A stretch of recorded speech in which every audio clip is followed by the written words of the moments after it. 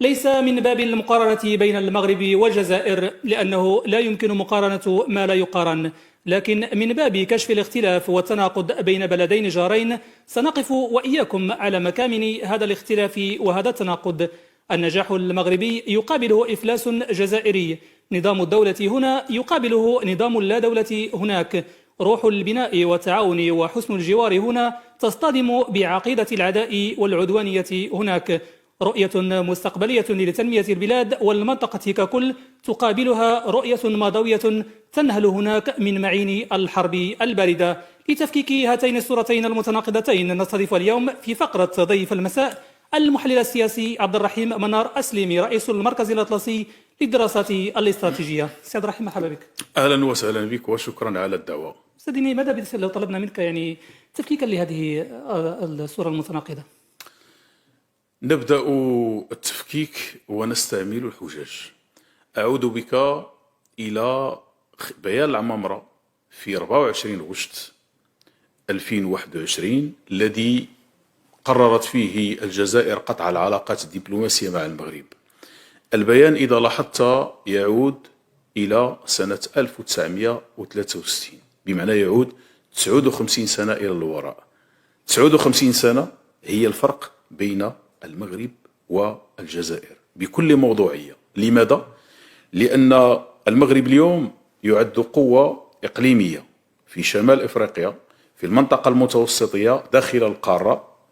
مقابل ذلك الجزائر لم تستطع بناء الدولة. لما كان العمامرة يتحدث ويعود إلى ذلك التاريخ فهو داخله سيكولوجيا يقول بأنهم لم يستطيعوا، بمعنى أن الجزائر لم تستطع بناء دولة. واليوم كل التقارير، نتحدث عن كل التقارير الأمريكية والأوروبية، تقول بأن النظام العسكري لديه صعوبة في بناء دولة، ليس فقط الدولة المدنية، هذا صعب جدا، حتى يمكن أن نقول دولة عسكرية فهي ليست لها هذه المواصفات، لأن الدول العسكرية أنواع، حتى ما قبل الدولة العسكرية غير موجود في الجزائر. ويمكن أن نعطي أمثلة هذه أمثلة لا بالأرقام مثلا، لا بنمط العيش، لا بالبنيات الأساسية. هل تعرف بأنه إلى حد يوم أمس الجزائر تقول بأنها لأول مرة تفتتح كلية للصيدلة؟ إذا أخذنا إلى دول فقيرة في إفريقيا فهي لديها كليات متعددة.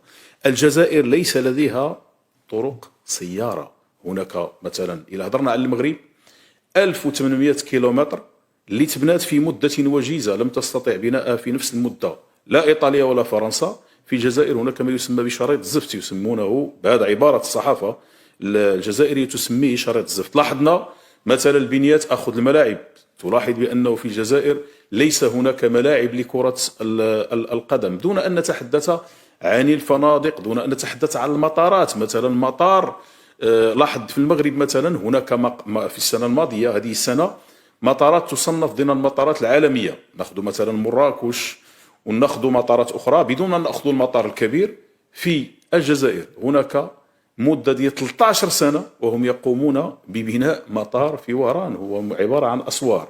إذن لا يمكن.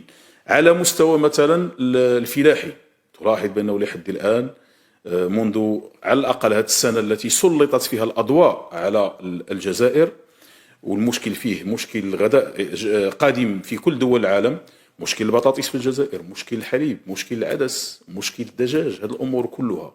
وقارن مثلا، رغم أن المقارنة لا تجوز، قارن مثلا المغرب السياسة الفلاحية منذ سنوات وكيف استمرت السلاسل الغذائية منتظمة رغم أننا كنا في ظرف وباء، بل أكثر من ذلك دول كبرى لم تستطع أن تؤمن الغذاء. في المغرب كل شيء موجود. إذن المقارنة هنا في الواقع لا يمكن أن نقارن لأن المسافة كبيرة جدا، باتت كبيرة جدا. أنا أقول 59 سنة إلى 60 سنة ديال الفرق.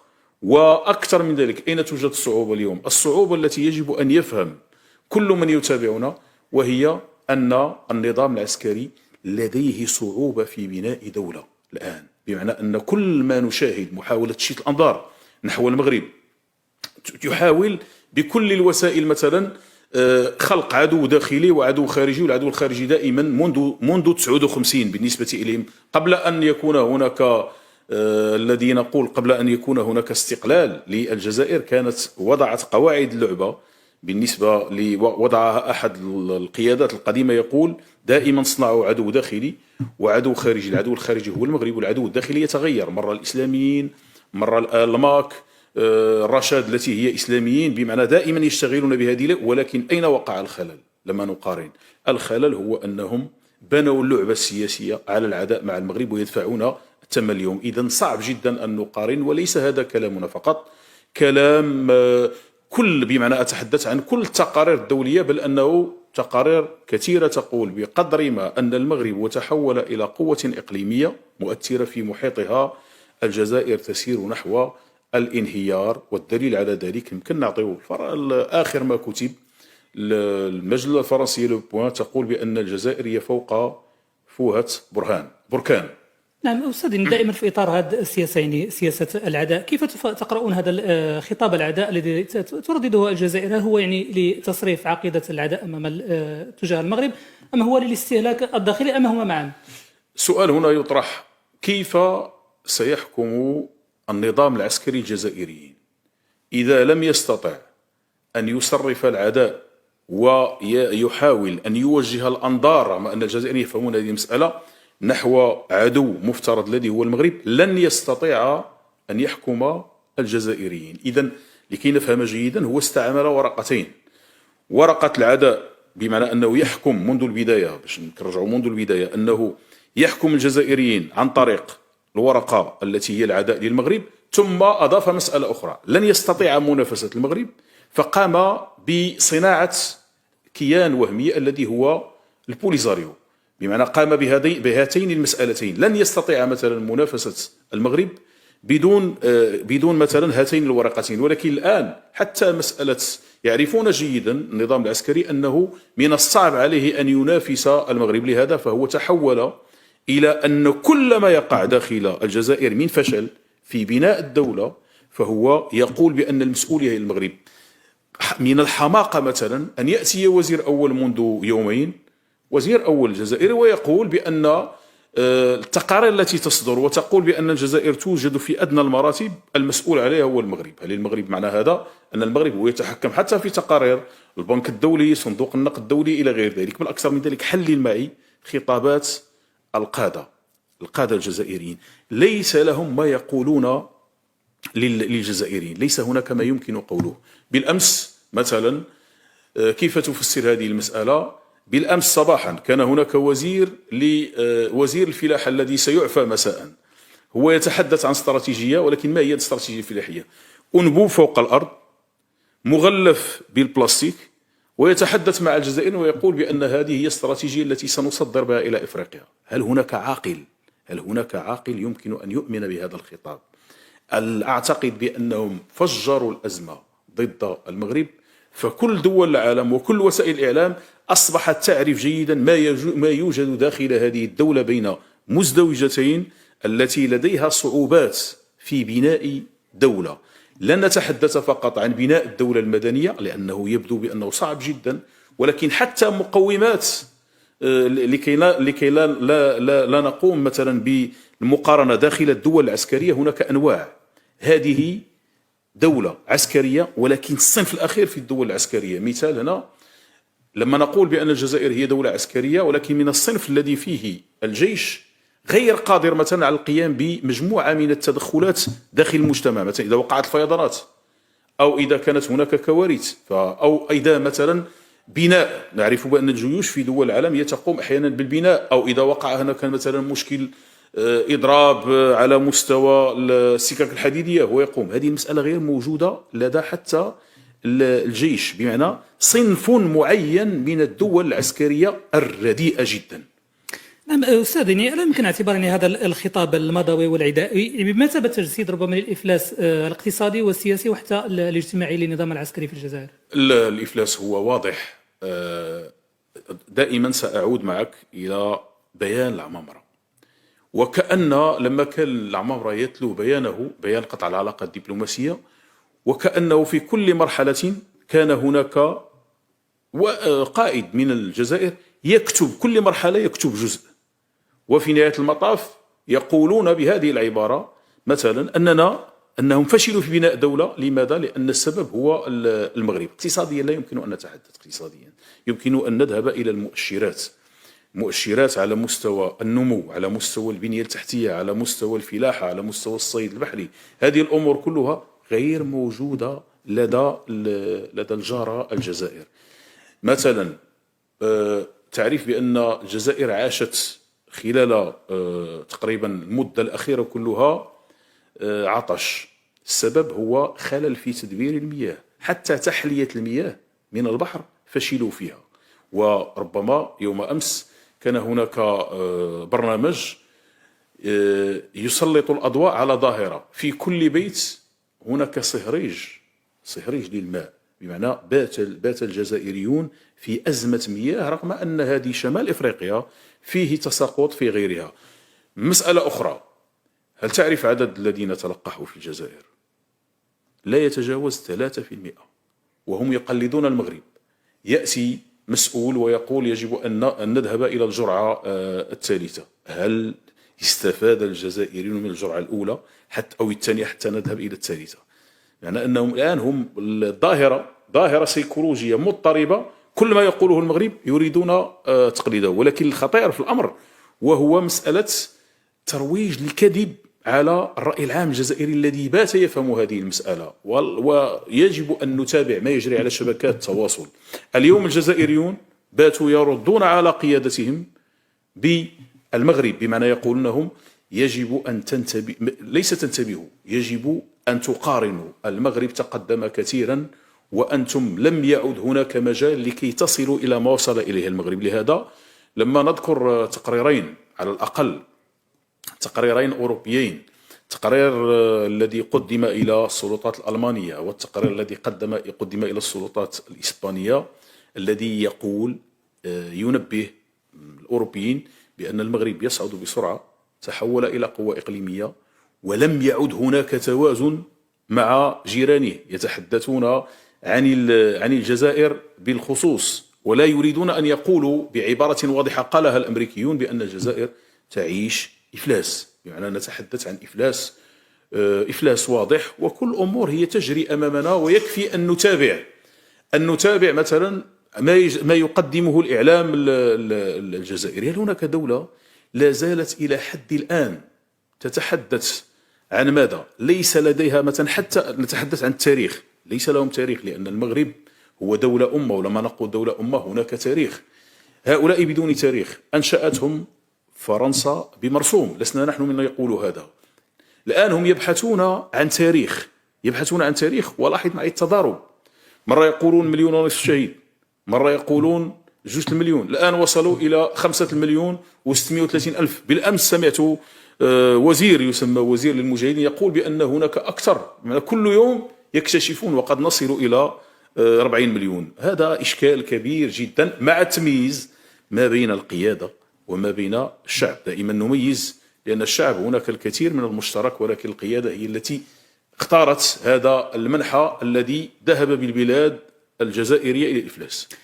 طبعا سي منار سليماني، لا يمكن أن نتحدث عن هذا الإفلاس الجزائري المتعدد الأبعاد دون الحديث عن إفلاس أطروحة الانفصال، يعني التي ترعاها الجزائر. طبعا كيف تقرؤون مستقبل النزاع المفتعل حول الصحراء المغربية، يعني على ضوء التقرير الأممي الأخير وعلى ضوء الخطاب الملكي الأخير بمناسبة الذكرى السادسة والأربعين للمسيرة الخضراء؟ أولا إذا خدينا نأخذ الخطاب الملكي السامي في الذكرى 46 للمسيرة الخضراء، أمور واضحة. مسألة الملف هو الملف حسم، ولو كنا نتحدث عن شيء يسمى المفاوضات، فالمغرب لا يتفاوض على صحرائه، هذه أمور واضحة. ونتحدث عن مبعوث أممي، فهناك محددات أن كل ما يمكن أن يكون يجب أن يتم داخل إطار السيادة المغربية ومقترح الحكم الذاتي. هذه الأمور كانت واضحة، هي رسائل لكل الأطراف. أكثر من ذلك، ستلاحظ في الخطاب الملكي أن المغرب لن ينتظر، مسلسل التنمية هو متواصل. ودعني هنا أن أقول لك، وكنت منذ أيام في زيارة لمدينة الداخلة، أن هناك تطور تنموي سريع، لست أنا من يقوله، حتى الذين كانوا معنا، كان معنا وفد من تونس، وانبهر بالتطور الذي يسير. هناك تطور سريع جدا. إذا المغرب هو لا ينتظر. أيضا أن الذي لما نتحدث عن الأمم المتحدة التي لديها هذا الملف حصريا، فمبعوث أممي جديد هو سيكون، بمعنى سيفكر داخل 18 قرار، من القرار 1754 ديال سنة 2007 إلى القرار 2602. هنا المساحة، هنا المسافة. داخل هذه 18 قرار المسألة التي تتردد هي مقترح الحكم الذاتي والواقعية. ثم يضاف إليها مثلا في القرارات الأخيرة، على الأقل القرارات 8 الأخيرة، أن الطرف المباشر هو الجزائر. لهذا صيغة الموائد المستديرة تم الحفاظ عليها رغم كل الضغوطات التي قامت بها الجزائر. اليوم لما نقول البوليزاريو، الكل الآن يجمع على أن ما صنعته الجزائر الذي هو البوليزاريو هي باتت بمثابة قنبلة تنفجر داخليا داخل الجزائر. والجزائر الآن خرجت إلى الواجهة. هذا التناقض، هذا الانفصام مثلا لاحظنا كيف حاولوا أن يضغطوا على الأمم المتحدة ولم يستجب لهم ولا مسألة واحدة من المسائل التي طلبوا استجابت لها الأمم المتحدة. بالعكس، كل ما جاء هو في صالح المغرب. لهذا هناك انتكاسة. ومنذ أيام جمع العمامرة ورئيس الدولة الجزائري جمعوا البعثة الدبلوماسية إعلان عن فشل. البوليزاريو مات، انتهى. وواضح بأن كل من هو موجود في المخيم هو يفكر في الهروب. وهناك معلومات على أنه الكثير بدأ في عملية الفرار، سيهرب نحو موريتانيا. لماذا؟ لأنه لن ينتظر. تخيل معي الذي ولد في سنة 1975 عمره الآن 46 سنة. 46 سنة من الضياع. والضياع، الكلمة الضياع التي أقول أنا لست أنا من استعملها، ولكن استعملتها مجلة مؤثرة أو جريدة مؤثرة في بريطانيا منذ أيام، بمعنى تؤثر في صانع القرار الدولي، هي التلغراف. قالت بالحرف أن هناك البؤس وهناك الضياع، ولا يعرفون إلى أين يتجه. هذه المرحلة قد نتوقع فيها كارثة يمكن أن يقوم بها جنرالات الجزائر ضد ساكنة المخيمات. سيكولوجيا الذين يحكمون الجزائر يمكن أن يقوموا بأي شيء ضد ساكنة المخيمات. كنا نتحدث، الكثير كان يضحك لما نقول بأنه من الممكن الذي قام بعملية إحراق داخل الجزائر، بمعنى العملية الحراق الأخيرة والتي اتهموا فيها الماك وغيرها، يمكن أن يقوم بعملية، القادة الجزائريين يمكن أن يقوموا بعملية إحراق المخيمات. لأن المخيمات باتت الآن هي شاهد إثبات على جريمة ارتكبها النظام العسكري الجزائري. لن تذهب سدى هذه المسألة. ومتوقع أن المبعوث الأممي سيحاول أن يصل، بمعنى أنه سيقوم بهذا الاختراق. لهذا هم يحتاجون الآن إلى عملية إنقاذ. من ينقذ ساكنة المخيمات 46 سنة بدون حرف، بدون مهن، بدون مستقبل، بمعنى حتى الوفيات لا نعرف مثلا العدد الذي يموتون صغار، ثم أكثر من ذلك. أين وضعوا؟ ماذا اختارت لهم الجزائر؟ اختارت نقطة، واحد المنطقة، لست أنا من يقول هذا، وصلها الغبار النووي للتجارب الفرنسية في الستينات والخمسينات. هذا خطير جدا. لهذا ملف الأمراض مثلا، هي الجزائر لم تختار لهم منطقة بطريقة بمعنى كهدية، لا، هي اختارت منطقة مدروسة. أستاذ، كما قلتم، يعني كما أشرتم، المغرب لا ينتظر، يعني وانصرف إلى مسلسله التنموي في جميع مناطقه بما في ذلك الأقاليم الجنوبية. كيف عزز يعني هذا التوجه عدالة الموقف المغربي بشأن الصحراء المغربية؟ قضية الخطاب الملكي كان واضح. نحن القضية ديالنا عادلة، فيها تاريخ. هذا التاريخ لا يمكن أحد أن ينكر التاريخ. فيها القانون، والقانون بكل مصادره. فيها إرادة السكان الأقاليم الجنوبية لما يشاركون في الانتخابات. لما يشاركون، بمعنى المشاركة الكبيرة منذ مسلسلات انتخابية كثيرة. ما معنى هذا؟ معنى أنها ممارسة ديمقراطية، بل أقول بأنها ممارسة في تقرير المصير، لأن تقرير المصير اليوم الذي يتحدث عنه العمامرة هذا يعود إلى الحرب الباردة. تقرير المصير اليوم هو مرتبط بانتخابات، مرتبط بالحكم الذاتي. لما نسمع هذه المسألة تقرير المصير مرتبط بالحكم الذاتي، القضية المجتمع الدولي اليوم كله يقول أنها القضية هي عادلة. دعني هنا أتحدث لك عن نقطة، القنصليات، عدد القنصليات الموجودة في العيون والداخلة. الذي يزور مثلا يزور مركبات، مثلا يزور واحد المركب نموذج في الداخلة هو مركب مصبرات الأسماك، هذا فيه 64 دولة التي تأخذ، بمعنى أنها تطلب. ما معنى هذا؟ معنى أن 64 قنصلية، 64 قنصلية. أما المحلل السياسي عبد الرحيم منار السليمي، رئيس المركز الأطلسي للدراسات الاستراتيجية، نشكرك على كل هذه الإيضاحات ونلقاك في فرصة قادمة إن شاء الله. شكرا لك. شكرا لك.